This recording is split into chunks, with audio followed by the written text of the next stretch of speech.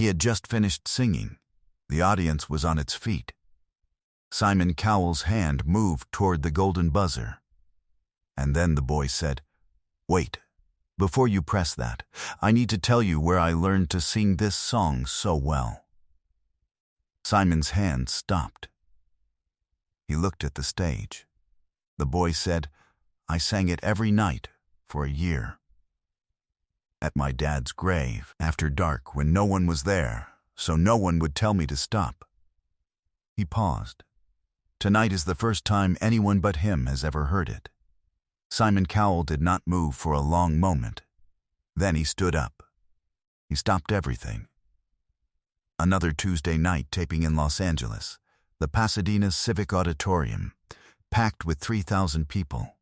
Cameras rolling, millions watching from home. Another hopeful contestant stepping into the spotlight. Simon Cowell sat at the judge's table in his black shirt, arms crossed. That expression of a man who believed he understood the full range of what grief could sound like on this stage. He did not. The boy's name was Sam Whitfield. 16 years old, small for his age, a gray hoodie with the sleeves pushed up. He walked out without looking at the crowd, his eyes fixed somewhere just past the judges, like he was looking through them at something else entirely. Terry Crews came forward from the wings. "Sam, tell us about yourself." Sam said he was from Duluth, Minnesota. He said he was 16. He said his dad had died 14 months ago. "I'm sorry," Terry said. "Thank you," Sam said. "I'm going to sing his favorite song." He sang. His voice was thin at first, almost too quiet for the room. Then it grew. Not louder exactly, more certain. The way a voice does when it has been rehearsed somewhere with no audience and no fear of being judged. There was something in the phrasing that did not sound like a performance. It sounded like a habit. Like something worn smooth by repetition. The way a path gets worn smooth by feet that have walked it 1,000 times. When he finished, the room erupted. Simon's hand moved toward the buzzer. "Wait," Sam said. He told them where he had learned it. The auditorium went completely still. Howie Mandel set his pen down slowly. Heidi Klum pressed both hands to her mouth. Sofia Vergara did not move at all. Her eyes were fixed on Sam with an expression that had gone past sympathy into something closer to awe. Simon Cowell sat with that information for a long moment. He thought about a boy walking to a cemetery after dark, alone, night after night, for an entire year. To sing to a man who could no longer hear him, or who could, depending on what you believed. Simon understood that the believing was not really the point. The singing was the point. The showing up was the point. He stood. He did not say anything right away. He walked around the table. "Every night," Simon said. "For a year. 361 nights," Sam said. "I counted. I kept a notebook. I needed proof, I think, that I was still showing up. To understand what happened next, you need to understand what happened 14 months earlier, and in the year that followed." Robert Whitfield had been an electrician in Duluth for 22 years. He worked for a small company that did residential and light commercial jobs. He was known among his coworkers as someone who took his time, who never cut corners, even on jobs where nobody would have noticed if he had. He believed, in a quiet and unspoken way, that the quality of your work was a moral matter and not just a professional one. He loved one song more than any other. It was not a famous song. It was an old folk tune. His own father had sung it to him as a boy, passed down through a family that did not have much money, but had always had music. Guitars handed from one generation to the next. A tradition of singing around the kitchen table on Sunday evenings that Robert had carried into his own household without ever deciding to. He did not own a guitar himself. He just sang it the way his father had, unaccompanied, sometimes whistling the parts where the words got away from him. He sang the song to Sam at bedtime when Sam was small. He sang it in the car, windows down, on the long drives to his mother's house in the summer. He sang it, off-key but completely unself-conscious, while he worked in the garage on Saturday mornings. Just him and the wrench and the song. Sam grew up with that song the way he grew up with the smell of his father's coffee in the morning. So constant. So woven into the ordinary fabric of life. He never thought to notice it as something separate from his father himself. The song was just part of what his father was. Robert was killed in a car accident on a Tuesday evening in the autumn Sam turned 15. A driver ran a red light. It was fast. The doctors told Sam's mother that Robert would not have suffered. This is the kind of thing doctors say to grieving families, whether or not it is fully knowable. Sam's mother chose to believe it because the alternative was unbearable. Sam did not speak much for the first 2 weeks. He went to school because his mother made him. But he sat in the back of every classroom. He did not raise his hand. He did not eat lunch with his friends. He went to the funeral. He stood at the graveside in a suit that did not quite fit him, borrowed from a cousin. He watched the casket lowered into the ground, in a cemetery on the edge of town, near a stand of birch trees that turned gold in October. He did not cry at the funeral. He would understand much later that he had been saving it for somewhere else. He went back to the cemetery alone 9 days later. He did not plan it carefully. He simply found himself unable to sleep. He got on his bike. He rode there in the dark. He sat down at his father's grave and did not know what to do with himself. He started singing without deciding to. The song came out of him the way breath comes out of you. Automatic, necessary, not really a choice. He sang it through once. His voice cracked slightly on the second verse. He kept going anyway. He felt something shift slightly in his chest. Not relief exactly, not better. Something that made the unbearable weight just barely more carryable. He rode home in the dark, the wind cold against his face. He did not tell his mother where he had been. He went back the next night. And the next. It became a ritual, without him ever formally deciding it would be one. He would wait until his mother had gone to bed. Then he would slip out. He would ride the 15 minutes to the cemetery in the dark. He would sit at his father's grave. He would sing the song.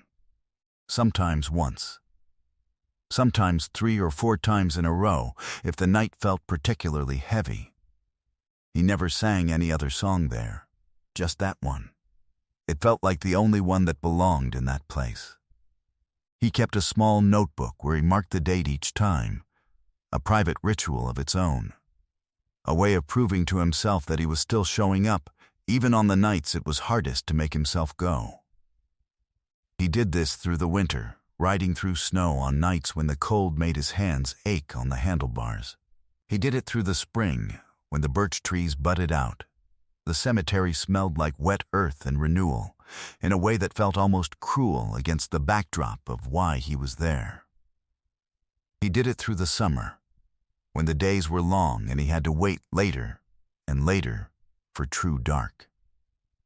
His mother found out by accident in the 8th month. She woke up one night, unable to sleep. She checked his room. His bed was empty. She panicked. She called his name through the house. Nothing. She grabbed her keys. She drove to the cemetery, some instinct telling her exactly where to look. She found him there, sitting cross-legged at his father's headstone in the dark, singing quietly to himself. She did not interrupt him. She sat in her car at the edge of the cemetery. She watched, she listened, until he finished. Then she got out and walked over. She sat down beside him without saying anything. She let him finish the second time through before either of them spoke. She asked him, gently, if he wanted her to stop him from coming. He said no. She asked him if this was helping him. He thought about it for a long time before he answered. He said he didn't know if helping was the right word. He said it was the only time all day he didn't feel like he was carrying something alone. She never told him to stop. She started leaving the porch light on for him instead, so he would have an easier time finding his way back into the house in the dark. She never went with him again after that night. She understood, somehow, that this was something he needed to do by himself. That her presence, even her loving, careful presence, would have changed the nature of it. He sang at the grave 361 times over the next year, missing only 4 nights. Each one marked in the small notebook with a brief explanation. Sick. Family trip. Snowstorm too severe. One night he simply could not explain even to himself. In the final weeks before the anniversary of his father's death, Sam began thinking about what came next. The ritual could not continue forever. He understood this. In the way you understand things you do not want to examine too closely. He thought about what his father would have wanted him to do with the song. With the voice it had given him such careful, repeated practice in developing, alone in the dark, night after night, for an entire year. He thought about the cemetery in winter, the cemetery in every season he had visited it. He thought about whether a song kept entirely secret could still mean what it was supposed to mean, or whether some part of it had always been waiting for a wider room. He decided to audition 4 months later. He told his mother. She did not ask him why. She already knew. He thought that was the end of the story, until tonight. 361 nights, Simon repeated. He looked at Sam for a long moment. His eyes were bright. And tonight is the first time anyone but him has heard it. The first time, Sam said. I wanted it to be right before I let anyone else hear it. I think I finally got it right. You did, Simon said. You got it exactly right. He pressed the golden buzzer firmly, without hesitation. Share this story if it moved you. Subscribe so you never miss moments like this one. The confetti came down gold and silver over Sam Whitfield, 16 years old. Duluth, Minnesota. He stood in it and closed his eyes for a moment, and when he opened them, he was not looking at the crowd. He was looking somewhere past them, the same way he had looked when he walked out, somewhere far away, near a stand of birch trees that turned gold every October. Backstage, Simon found him quickly. He sat down beside him. He looked at Sam for a moment before he spoke. Will you keep going? Simon asked. Back to the grave, I mean. Sam thought about it. I don't know yet, he said. Maybe not every night anymore. I think the every night part was something I needed for a while, and maybe I don't need it in exactly that way now. But I think I'll still go sometimes. I think I'll always need somewhere to sing it that isn't a stage. Somewhere that's just for him. Simon nodded. That makes sense, he said. He used to say singing was how you said the things you couldn't say any other way, Sam said. I think that's still true. Even now that he's the one I can't say things to directly anymore. The song is still the way through. Simon was quiet for a moment. He can still hear you, Simon said. I believe that. I don't know how, but I believe it. Sam nodded. He didn't say anything else. He didn't need to. He looked down at his hands for a moment, the same hands that had pressed against cold headstones 361 times. He looked back up at Simon. He managed something close to a smile. Some songs are rehearsed in front of mirrors in studios, under bright lights with someone watching every note. Some are rehearsed in the dark, at a graveside, with no audience at all except the person you are missing most. And some boys spend a year learning to sing well enough that when they finally stand in front of the world, what comes out is not a performance, it is a promise. Kept 361 times before anyone else ever got to hear it.